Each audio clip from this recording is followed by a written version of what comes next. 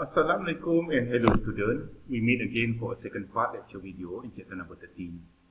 In the first part of my lecture video, we already discussed about basic info related to the plant response toward the stimuli, which can be in the form of internal or external factor. In previous lecture video also, I have mentioned the plant tropisms are responses or the growth in relationship to the particular stimulus, such as light, touch, or gravity. Those are we continue my lecture on subtopic plant tropism and respond to the earth gravity that we call geotropism.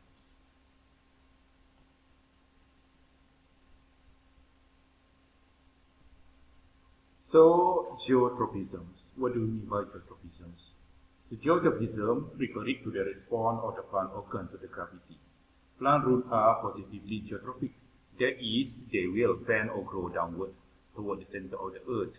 In contrast, shoots of the plant are negatively geotropic. That is, they will bend and grow outward or away from the ground surface. So how do different parts of the plant know which way to grow in geotropism? Plants have one organelle that we call statolite, which settle at the bottom part of their cell and allow plant to descend gravity. They also have the hormone that we call auxin, which stimulate elimination and growth in the plant cell. For the root cell, the statolite and auxin trigger downward growth, while cells above the ground are signal to the growth outward. Okay, now we continue our lecture based on this slide. Figure in this slide show a primary root growing horizontally in response to the gravity stimulus at its stimulus. This is figure of root belong to the circle of the plant whereby it grows in ground horizontally. Okay, one part of the root organ that we call root cap. This is root cap, belong to this root organ. The root cap belong to this certain plant. Okay, consists of 4 layers of the cell, important for the root gravitropic response, that namely columella cell. This is the a group of cells that we call columella cell that make up the root cap, belong to this root organ. Okay, inside this columella cell, there present one organelle that we call as amyloblast.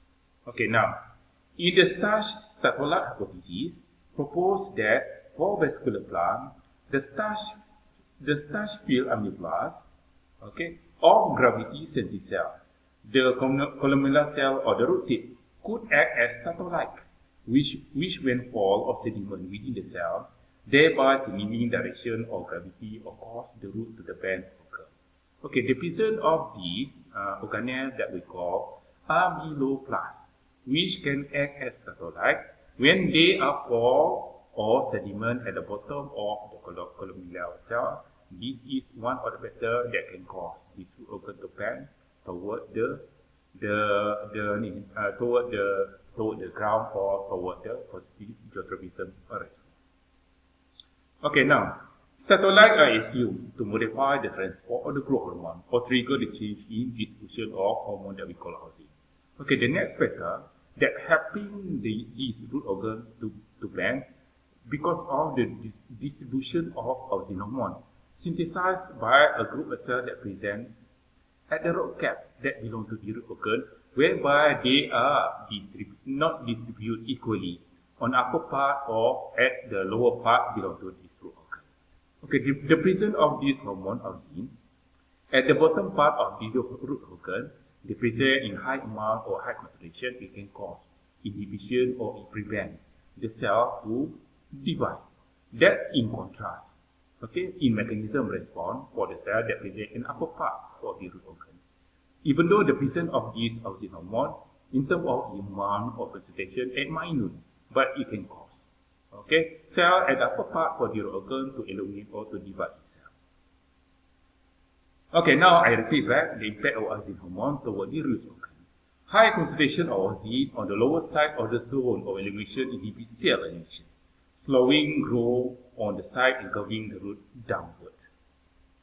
Next form of tropism response that we call thigmotropism. So, thigmotropism is the direction movement of the plant, shown by the part of the plant only in response to the touch or physical contact with other objects. Okay, for instance, climbing plant, for example, shown in this figure, with coil-like structure that we call tendril. See, this is the coiled structure or that we call triangle belong to this plant. Okay, when it in contact with the suitable supporting object, this is the wood stick. As the supporting object belong to this plant, the plant will coil around it. This phenomena also we can call as positive thigmotropism. In the following response, an example of negative tropism includes root growing away from the object in the soil. Now we move our discussion on this slide entitled thigmomorphogenesis. So in terms of meaning for this term that we call thigmomorphogenesis is the changes that happen on plant in the form that result from mechanical disturbance. Example of disturbance that can produce this kind of response happen on plant. Example like rubbing stem on the young plant as couple of times daily. Result in the plant they are shorter than control. The example for the response is that the amount of shaking that happen on the plant, the more period of shaking the plant experience, the less time elimination will occur over the time. Figure in this slide shown that impact of thigmomorphogenesis disturbance on plant that we call tomato. Okay, this one. So this plant, this one, the shorter one, okay, this kind of plant, okay, whereby we treat them with certain mechanical disturbance. Okay, they can cause the elimination of its stem become inhibited. That can cause the plant become shorter. Compare this plant which is for the control, whereby no treatment or disturbance that happen on it. Based on statement it is like other tropism response seen in plant kingdom are chemotropism, movement in response to the chemical stimulus. Hydrotropism, the movement or growth of the plant in response to the water. And lastly, aerotropism, which is the behavior response of the plant that results in its growing toward the presence of air or oxygen. Okay, let's discuss about information related about this slide. Light triggers many key events in plant growth and development. The ability of the plant to recognize light allows the plant to tell the time of day and time of the year by sensing and using various wavelengths of sunlight. Plant can detect the presence of the light, included in direction, intensity, and wavelength, or include for the color as well. Impact of the plant responses to the light, are to the plant processes such as phototropism, photomorphogenesis, and lastly photoperiodism. Okay, now we move to this next slide talking about photomorphogenesis. In terms of meaning for the photomorphogenesis, the growth response to the light. Light is an important environmental signal that plants use to regulate their growth and development. Both the quality and quantity of the light are important for the plant to grow and to develop as well. The regulation of the plant development by the light that we call photomorphogenesis. Light affect many aspects of plant development. For example, the first one, it requires for the proper leaf development. And then the second one, important of light to the plant, inhibit stem inhibition in the imaging setting. Next, the third important of light to the plant, promote flowering. Okay, and the fourth one, the importance of light to the plant, which is to promote or inhibit seed germination. Continue our lecture on topic photomorphogenesis. Okay, one of the important information related about photomorphogenesis, the presence of one of pigment protein molecule that we call phytochrome inside the plant tissue that is responsible for the plant to absorb light. Okay, now we want to discuss about phytochromes. So phytochrome, as I said just now, is the protein pigment molecule that present in plant tissue that can promote photomorphogenesis response in the plant. So as I said about the phytochrome, which is the pigment protein molecule that present in plant tissue, it can absorb the light in the color of red and far red. Which this kind of color, the plant tissue can absorb it very strongly.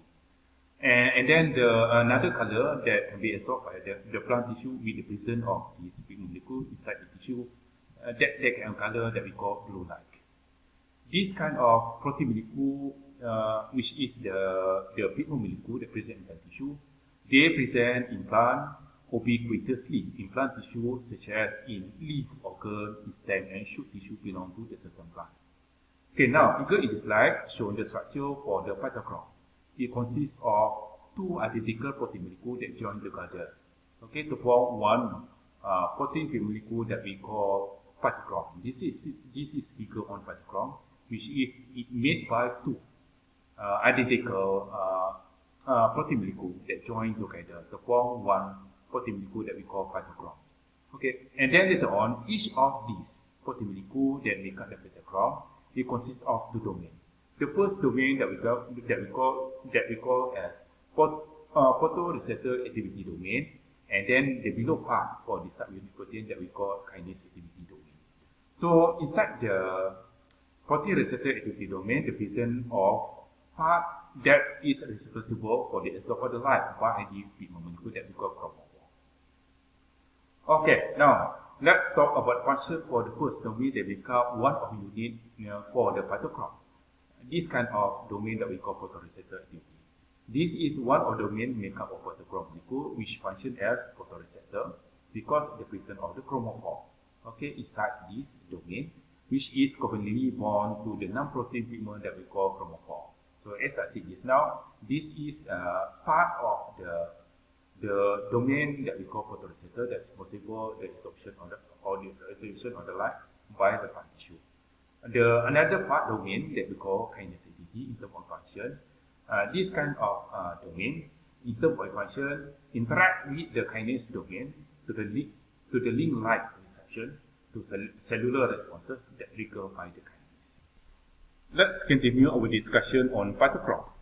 So as I said in previous slide, phytochrome is pigment molecule that is responsible for the plant to absorb light. So phytochrome is a photochromic pigment molecule which exists in two forms in plant tissue. The first form of phytochrome that we call PR. So PR is the short form for red light absorbing phytochrome molecule. The second phytochrome molecule that presents in plant tissue that we call PFR. So PFR is the short term for far red light absorbing phytochrome molecule. The PR and PFR forms are more totally intercompatible by appropriate irradiation. Figure in this slide shown two forms of phytochrome as we discussed just now. The first one that we call PR and the second one that we call PFR. PR can be converted to PR with the presence of red light, but PFR can be converted back to PR with the presence of far red light color. So the presence of the pigment molecule that we call PR can cause inhibition of plant development. But the presence of this active form phytochrome molecule that we call PFR, it can induce the plant to produce development on plant tissue. For example, like seed germination, control flowering, and so on. So PFR is the active form of phytochrome molecule, but PR, okay, is inactive form for the pigment molecule that can induce for inhibition development of plant tissue. Now, as I said just now, okay, PR can be converted to PFR in terms of conversion rate. Conversion between PR to PR very high with the presence of red light. But the conversion of PFR to PR, the presence of far red light color, okay, in terms of its conversion rate is slow.